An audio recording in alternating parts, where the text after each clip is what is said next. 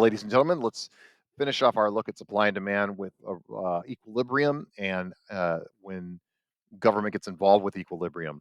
First of all, we're dealing with supply and demand here, buyers and sellers. And remember, there were non price factors that would change demand that is tipsy, tastes and preferences, income, population, substitutes and complements, and expectations about future price and availability from the consumer's point of view. On the other side, you have changes in supply that are non-price factors. Rat nest, okay, resource costs, alternative output technology, number of suppliers, expectations of future price and availability from a supplier's point of view, subsidies and taxes and regulations. Remember that when we're moving curves with non-price factors, we shift the entire curve. Increase to the right, decrease to the left, and in this case, demand. Supply is rat nest, non-price. When we increase supply, it goes to the right. When we decrease supply, it goes to the left.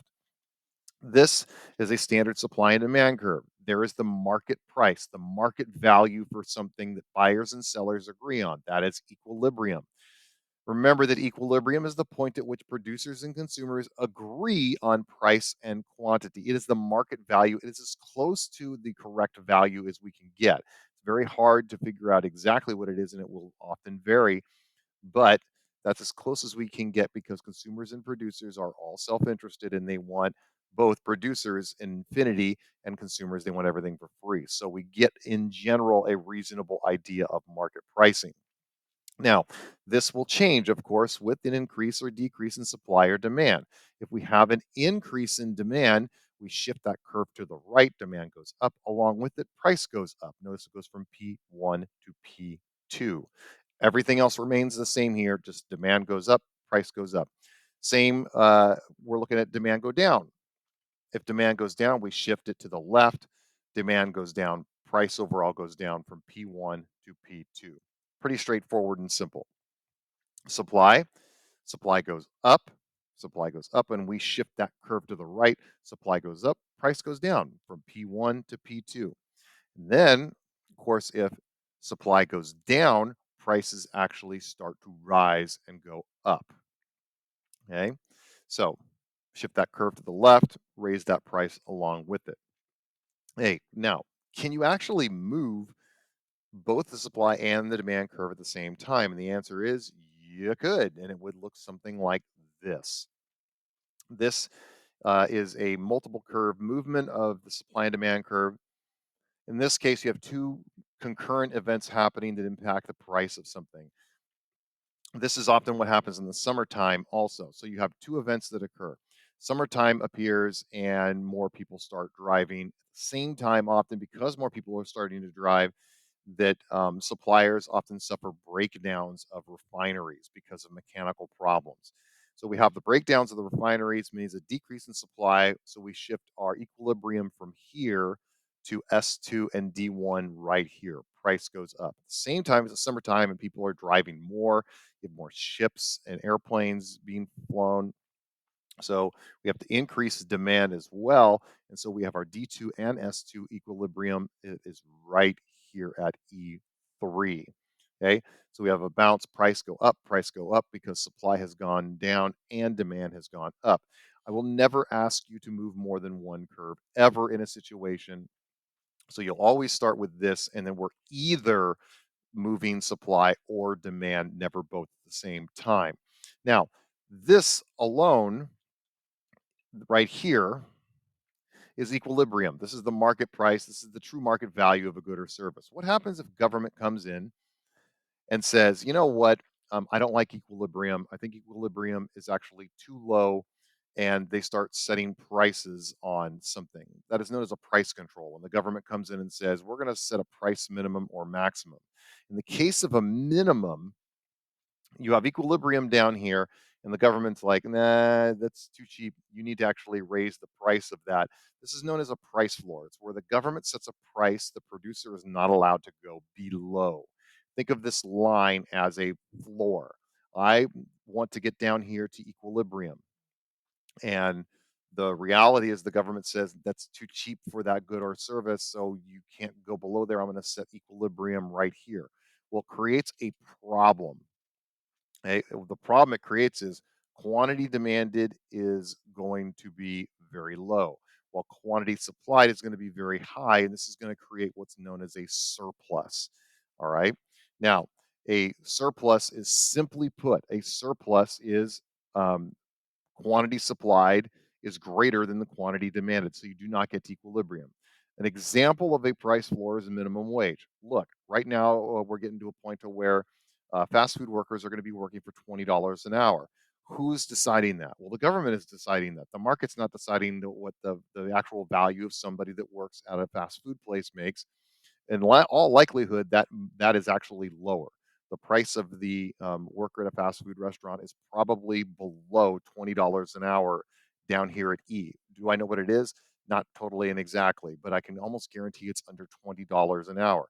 The government has stepped in and said, no, we have to make that thing $20 an hour. So what happens? Well, the quantity supplied of that labor is going to be very high because people are like, I know the market value for flipping burgers is under $20 an hour, but the government is offering me $20 an hour, so I'm absolutely going to show up and work. On the other side, the quantity demanded, in this case, the demand for labor is going to be much lower because people are going to be like, look, the value of this laborer is not that high, but the government is forcing me to do that. And so what you'll get is a surplus of labor. How we see this in things like we'll get cuts in overall hours, we'll get more part-time workers, and we'll get businesses starting to invest more into technology, which actually, of course, means that you're not going to get as many people employed as you might think due to minimum wage.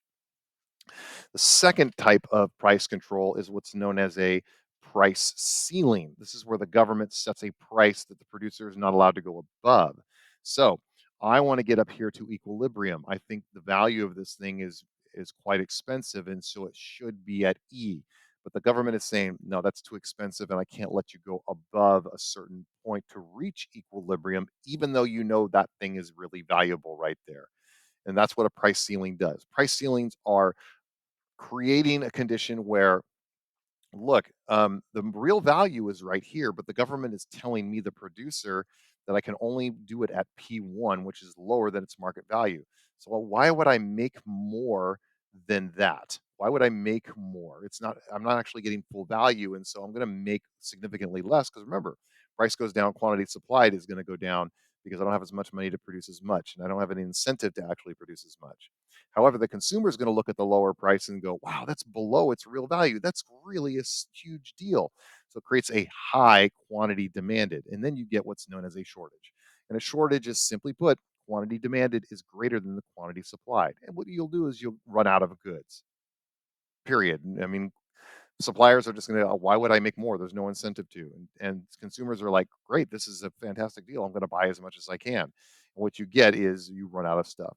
So you'll see this often with rent control in cities where they're going to say, look, rent is should be here, but that's way too expensive and politically it's not operable. So they'll set a price floor much lower than equilibrium. And what it will do is that people will run out of apartments and you can't, there's no housing in cities that maintain rent control. You'll all still see this with price gouging laws. Here in California, you are not allowed to go above, I think it's 15%, 10 or 15% of the actual value during a time of an emergency of a good or service. And what that will do is that you'll see runs on things and you'll run out of certain items during times of an emergency because the price is not allowed to float to where equilibrium is actually supposed to be. Remember, price gouging really doesn't really exist. It's just simply the idea that the market is showing what the actual value of the product is, and then the price ceiling, price gouging laws are sit there. They actually help create a greater shortage of that good or service. Okay. So let's look at a realistic example. Let's look at the city of San Francisco. This is a map of the housing in the city of San Francisco. The greener is the more dense the housing, like large apartments with lots of people. The orange is things like uh, three rooms or like homes where you have three or less homes in that area.